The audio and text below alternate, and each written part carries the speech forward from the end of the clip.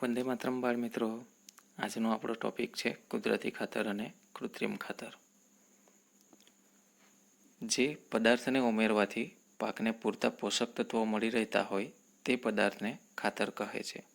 ખાતરના મુખ્ય બે પ્રકાર છે, કુદરતી ખાતર અને કૃત્રિમ ખાતર. અહીં બુજોને એક પ્રશ્ન થાય છે.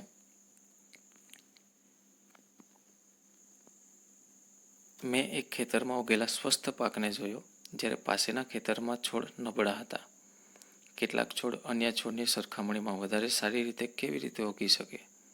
તો બુજોએ ખેતરમાં ઉગેલા પાકને જોયો. તેણે જોયું કે ખેતરમાં પાક સારો ઉગેલો છે, જ્યારે પાસેના જ બીજા ખેતરમાં પાક નબળો છે. આવું કેવી રીતે શક્ય બને? તો બાળ મિત્રો, ભૂમિ પાકને ખનિજ તત્વો પ્રદાન કરે છે, જે પાકની વૃદ્ધિ માટે આવશ્યક છે. કેટલાક ક્ષેત્રમાં ખેડૂત ખેતરમાં એક પછી બીજો પાક ઉછેરે છે. ખેતર ક્યારેય ખાલી છોડતા નથી. કલ્પના કરો કે પોષક દ્રવ્યોનો શું થાય છે.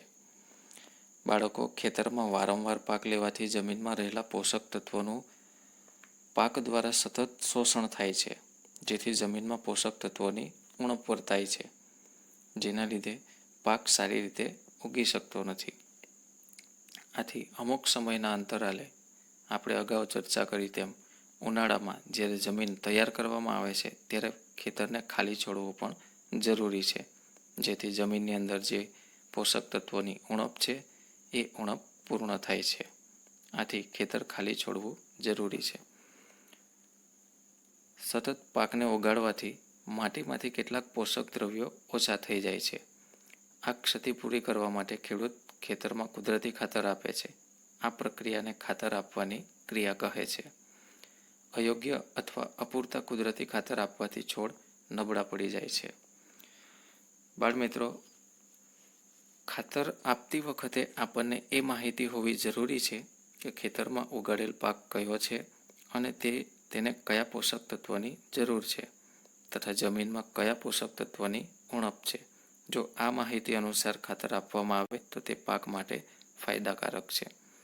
અયોગ્ય અથવા અપૂરતા કુદરતી ખાતર આપવાથી કે માહિતી વગર ખાતર આપવાથી છોડ નબળા પડી જાય છે.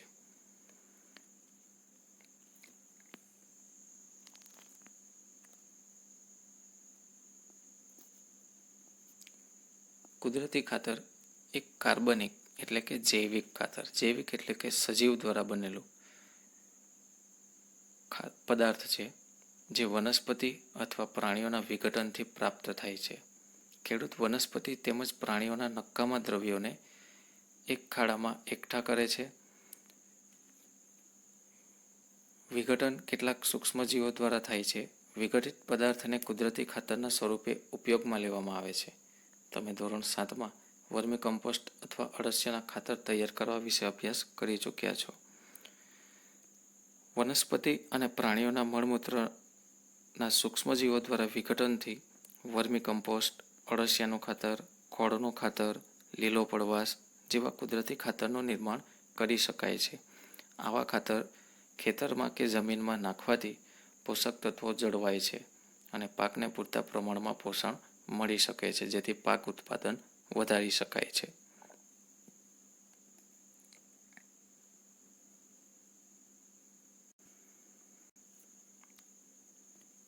ચાલો બાળ મિત્રો, હવે આપણે એક પ્રવૃત્તિ જોઈએ જે આપણને સમજાવશે કે કુદરતી ખાતર અને કૃત્રિમ ખાતરમાં ભેદ શું છે.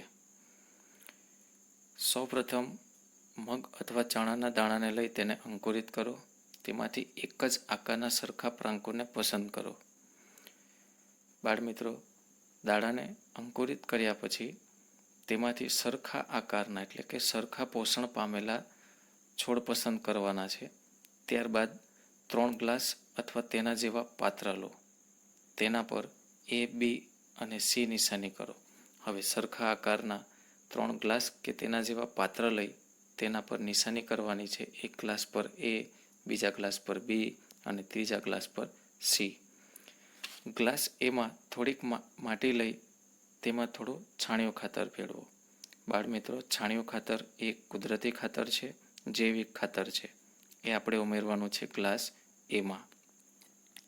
ગ્લાસ બીમાં સમાન માત્રામાં માટી લઈ તેમાં થોડુંક યુરિયા ઉમેરો. યુરિયા એ એક નાઇટ્રોજનયુક્ત કૃત્રિમ ખાતર છે. યુરિયામાંથી આપણને ભરપૂર માત્રામાં નાઇટ્રોજન પોષક તત્વો મળી રહે છે. આ કૃત્રિમ ખાતર ઉમેરવાનું છે ગ્લાસ બીમાં. અને ગ્લાસ સીમાં થોડીક માટી લઈ કાંઈ પણ ઉમેર્યા વગર રહેવા દો. ગ્લાસ સીમાં હવે આપણે કોઈ ખાતર ઉમેરવાનું નથી, ફક્ત તેમાં માટી ઉમેરવાની છે. હવે ત્રણેય ગ્લાસમાં સમાન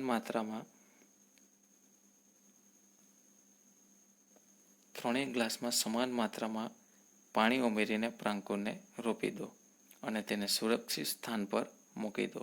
ત્યારબાદ 7 થી 10 દિવસ પછી તેની વૃદ્ધિનો અભ્યાસ કરો અને અવલોકન કરી નિર્ણય તારવો. શું ત્રણેય ગ્લાસમાં છોડની વૃદ્ધિની માત્રા એક સમાન છે? કયા ગ્લાસમાં છોડની વૃદ્ધિ સારી છે? કયા ગ્લાસમાં છોડની વૃદ્ધિ સૌથી ઝડપી છે? કૃત્રિમ ખાતર એવા એક રાસાયણિક પદાર્થ છે જે વિશેષ પોષક દ્રવ્યોથી સમૃદ્ધ હોય છે. તે કુદરતી ખાતરથી કેવી રીતે અલગ હોય છે? બાળમિત્રો, અહીં આપણે જોઈ શકીએ છીએ કે ગ્લાસ બીમાં છોડની વૃદ્ધિ સૌથી સારી થાય છે. એવું શા માટે થયું? કારણ કે ગ્લાસ બીમાં નાખવામાં આવેલ ખાતર યુરિયા છે, જે એક કૃત્રિમ ખાતર છે. કૃત્રિમ ખાતર કુદરતી ખાતરની સરખામણીએ જલ્દી ઓગળી જાય છે અને ઝડપથી પાકને મળી જાય છે, જેથી ગ્લાસ બીમાં છોડની વૃદ્ધિ ઝડપથી થઈ શકે છે. કૃત્રિમ ખાતરનું ઉત્પાદન કારખાનામાં કરવામાં આવે છે. કૃત્રિમ ખાતરના કેટલાક ઉદાહરણો જેમ કે યુરિયા, જેમાંથી ભરપૂર માત્રામાં નાઇટ્રોજન મળે છે. એમોનિયમ સલ્ફેટ, જેમાં એમોનિયમ અને સલ્ફર નામના પોષક તત્વો હોય છે. સુપર ફોસ્ફેટ, જેમાં ફોસ્ફરસ નામનું પોષક તત્વ હોય છે. પોટાશ, જેમાં પોટેશિયમ હોય છે. અને એનપીકે એટલે કે નાઇટ્રોજન, ફોસ્ફરસ અને પોટેશિયમ હોય છે. આવા ખાતરના ઉપયોગથી ખેડૂતોને ઘઉં તથા મકાઈ જેવા પાકની સારી ઉપજ મળે છે. પરંતુ કૃત્રિમ ખાતરના અત્યંત વધારે ઉપયોગથી જમીનની ફળદ્રુપતામાં ઘટાડો પણ થાય છે. તે જલ પ્રદૂષણનો પણ સ્ત્રોત છે. એટલે જમીનની ફળદ્રુપતા બનાવી રાખવા માટે આપણે કૃત્રિમ ખાતરના સ્થાને કુદરતી ખાતરનો ઉપયોગ કરવો જોઈએ.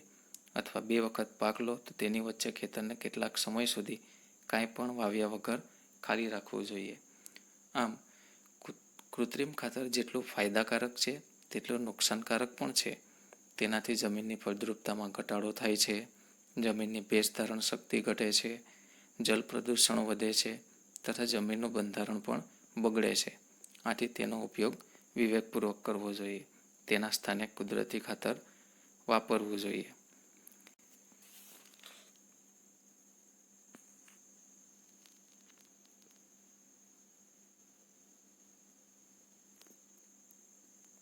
કુદરતી ખાતરના ઉપયોગથી જમીનના બંધારણ તેમજ જળ સંગ્રહ ક્ષમતામાં વધારો થાય છે. તેનાથી જમીનમાં બધા જ પોષક તત્વોની પૂર્તિ થાય છે. બાળમિત્રો, કુદરતી ખાતર એક એવું ખાતર છે કે જે લાંબા સમય સુધી જમીનમાં ટકી રહે છે, જેને લીધે જમીનનું બંધારણ સુધરે છે. ઉપરાંત તેમાં જળ સંગ્રહ એટલે કે ભેજ ધારણ શક્તિ પણ વધે છે. ઉપરાંત બધા જ પોષક તત્વો તેમાંથી મળી રહે છે. જમીનમાં પોષક દ્રવ્યોની પૂર્તિ માટે અન્ય એક રીત છે પાકની ફેરબદલી. તેમાં એક પાકને ઉછેર્યા બાદ ખેતરમાં બીજા અન્ય પ્રકારના પાકનો વારાફરતી ઉછેર કરવામાં આવે છે. પહેલા ઉત્તર ભારતમાં ખેડૂતો કઠોળને એક ઋતુમાં ઉગાડતા હતા અને બીજી ઋતુમાં ઘઉં ઉગાડતા હતા. તેનાથી જમીનમાં નાઇટ્રોજનની પૂર્તતા થતી હતી. ખેડૂતોને આ પદ્ધતિ સ્વીકારવા માટે પ્રોત્સાહિત કરવામાં આવે છે. બાળકો, ખેતરમાં એકનો એક પાક લેવાને બદલે અલગ અલગ પ્રકારનો પાક અથવા તો ધાન્ય અને કઠોળ વર્ગના પાક ક્રમશઃ વારાફરતી લેવામાં આવે તો તેને પાકની ફેરબદલી કહે છે. પાકની ફેરબદલી કરવાથી જમીનમાં પોષક તત્વોની પૂર્તતા થાય છે. એકબીજાને જરૂરી પોષક તત્વો પાક પૂરો પાડે છે. જેના લીધે જમીન ફળદ્રુપ રહે છે. આથી પાકની ફેરબદલી કરવી જરૂરી છે.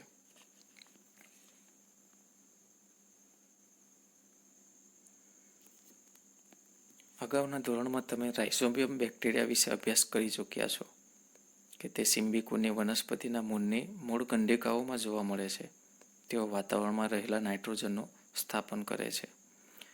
બાળમિત્રો, રાઇઝોબિયમ નામના બેક્ટેરિયા જે કઠોળ વર્ગની સિમ્બિકુની એટલે કે કઠોળ વર્ગની વનસ્પતિના મૂળ ઉપર હોય છે. આ રાઇઝોબિયમ બેક્ટેરિયા નાઇટ્રોજનનું સ્થાપન જમીનમાં કરે છે. દરેક વનસ્પતિને વૃદ્ધિ અને વિકાસ માટે નાઇટ્રોજનની જરૂર પડે છે,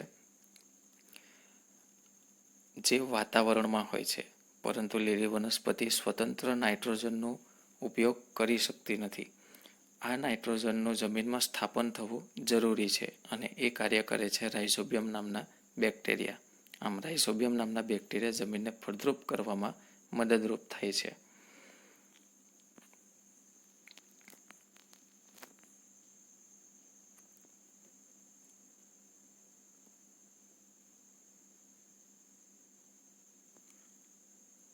હવે આપણે જોઈએ કૃત્રિમ ખાતર અને કુદરતી ખાતર વચ્ચેનો તફાવત. કૃત્રિમ ખાતર એક કાર્બનિક ક્ષાર છે. અકાર્બનિક એટલે કે જે સજીવમાંથી બનેલું નથી, એટલે કે એક અકાર્બનિક છે. જ્યારે કુદરતી ખાતર એક પ્રાકૃતિક પદાર્થ છે, જે છાણ, માનવના નકામા પદાર્થો તેમજ વનસ્પતિના અવશેષોના વિઘટનથી પ્રાપ્ત થાય છે. એટલે કે તે કાર્બનિક ખાતર છે, જ્યારે કૃત્રિમ ખાતર એક અકાર્બનિક ખાતર છે. કૃત્રિમ ખાતરનું નિર્માણ કારખાનામાં થાય છે, જ્યારે કુદરતી ખાતર ખેતરમાં બનાવી શકાય છે.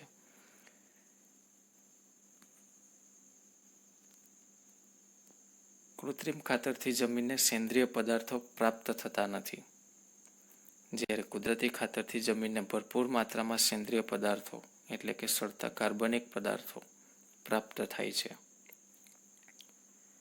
કૃત્રિમ ખાતરમાં વનસ્પતિ માટે જરૂરી પોષક દ્રવ્યો જેવા કે નાઇટ્રોજન, ફોસ્ફરસ અને પોટેશિયમ ભરપૂર માત્રામાં હોય છે, જ્યારે કુદરતી ખાતરમાં વનસ્પતિ માટે જરૂરી પોષક દ્રવ્યો તુલનાત્મક રીતે ઓછી માત્રામાં હોય છે.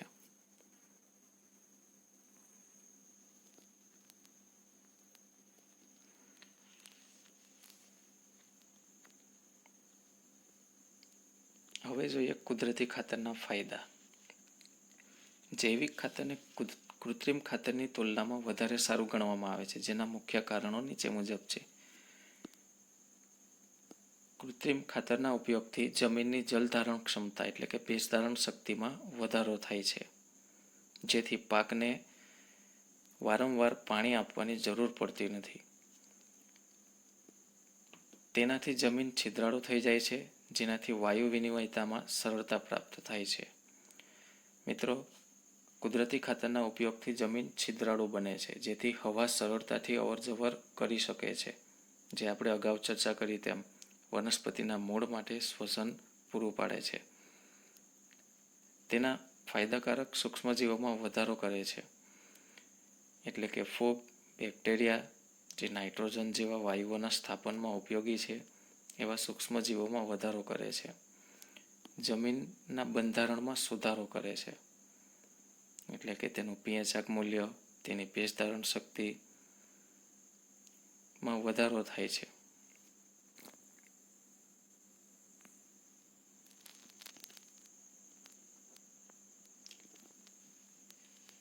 કુદરતી ખાતર કે કૃત્રિમ ખાતર આપી દીધા પછીનો ચરણ છે, પછીનું પગથિયું છે સિંચાઈ, જે આપણે નેક્સ્ટ વિડીયોમાં જોઈશું. ત્યાં સુધી દરેક બાળમિત્રોને વંદે માતરમ. જય હિન્દ, જય ભારત.